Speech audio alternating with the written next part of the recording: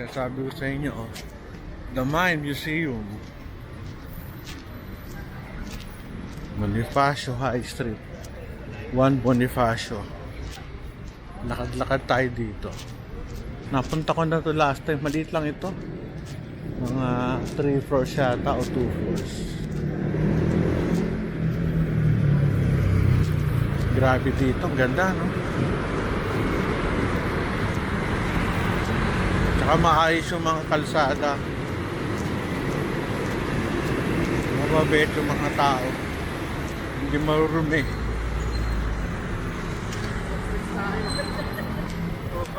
Daming foreigners. Minsan dyan ako nagpa-park kapag may lecture ako. Minsan may mga call center dito na lapit sa mga buildings dito. Diyan ako nagpa-park. Buti nakakasingit, hirap mag-park dyan. Grabe. Puro buildings, ganda, no? Sarap buhay dito.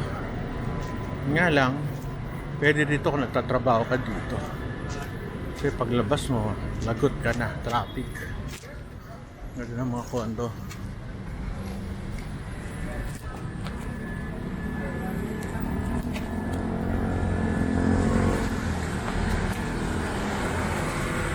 Tanglad. Dito ako nagle-lecture sa Tunio. Yan, to.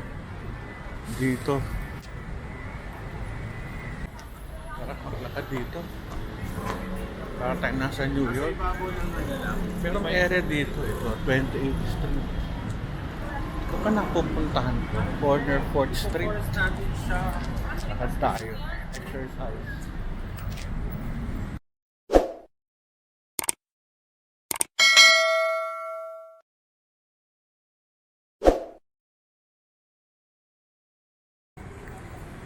Ito mga pinupuntahan ng mga, para rin tayo nasa Dubai, tataas ang building, pero sa Dubai talagang matataas, tsaka iba yung architecture niya, very unusual.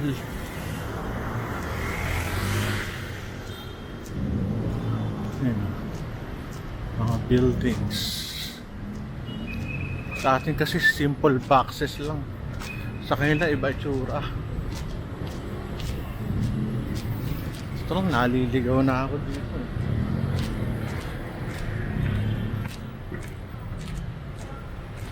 Wala pa, nasaan na tayo?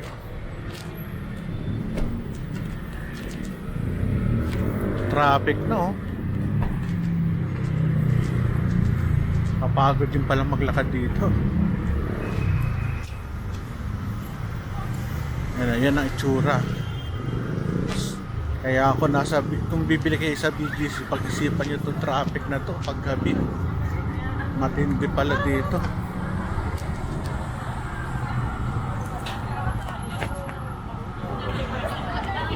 Malinis ang lupa, ang sahig.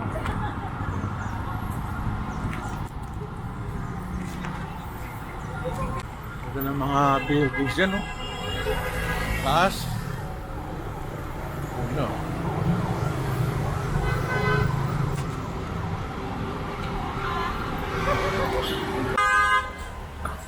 Ano? Ito yung giniba, o the fort. Ito yung fort dati, wala na. Lakad.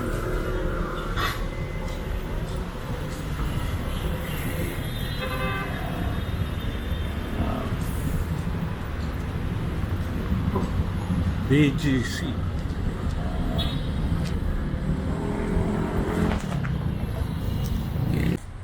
Napagod na ako. Layo na nilakad ko ang punta. Balik na siguro ako. Kapagod din.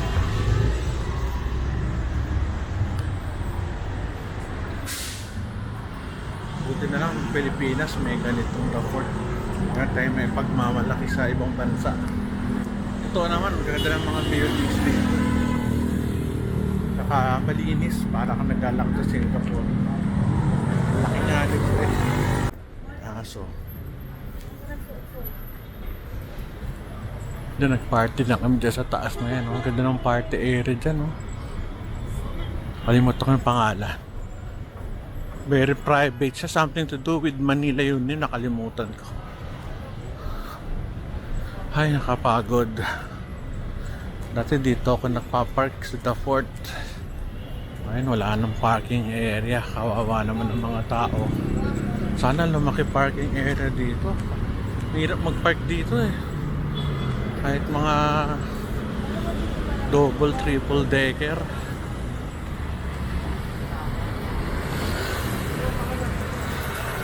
Pag pumunta ka doon, going to St. Luke, sa likod ko, parang going to EDSA yata sa likod ko. Kapagod ah. Okay lang, di umuulan. Ayan yung famous ano nila. LED tawag yan, LED TV ba? Dalawa yan, isa, dalawa. Papalamig muna ako dun sa isang mall. Pagod na. Sapatos.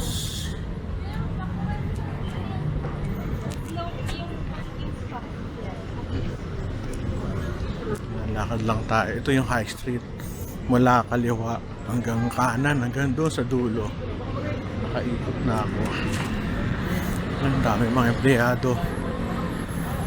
Pansin ko mga tao ito, empleyado, mga nakatira dito. Yun. Meron pang ano dun bahay, Christmas light. Nakakapagod yun ano, nakakapagod maglakad. Kasi yung nakakapagod, dati kasi naglakad ako sa Greenbelt, aircon. Pag kasi nasa labas ka, nade-dehydrate ka kaagad, kailangan may tubig. Problema, ang tubig ko nasa ano pa, nasa kotse sa Global City St. Luke's. Napagod ah. Gabing-gabi na. Ang oras na ba? Mga 7 na rin. Almost pasado 6. Punong-puno pa. Ano ba to? Jinju. Ganda dito, no? Dami ilaw. Parang laging Christmas dito, ah. Ito, City Hotpot.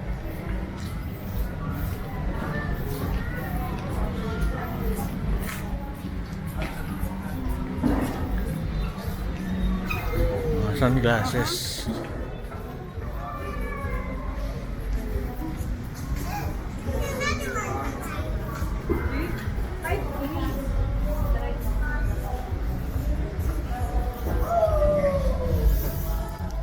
Kung ano, sa tingin ko mahal dito eh, pero kung convenience naman ang gusto mo eh.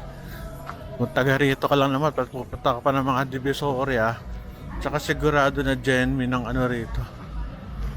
Mga items. Madami din ako mga memories dito. Yung mga barkada ko dati. Nung ako'y nasa St. Luke's pa, pupunta kami dito. Panahon talagang ganun eh. Nag-iiba ka ng set of friends. Uwi na ba ako? Mukhang traffic ah.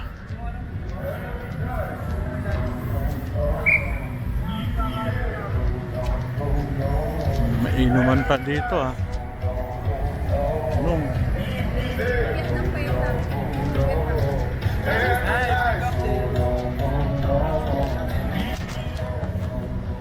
Bilihan ng mga rubber shoes.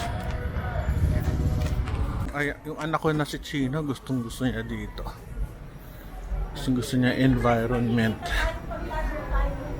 Ito. Kita mo naman kasi malinis sa mata. Para ka nasa abroad.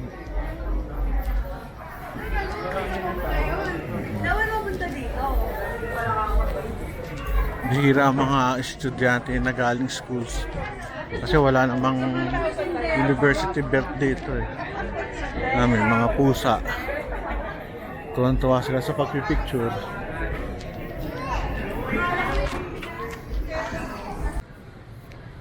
Yes.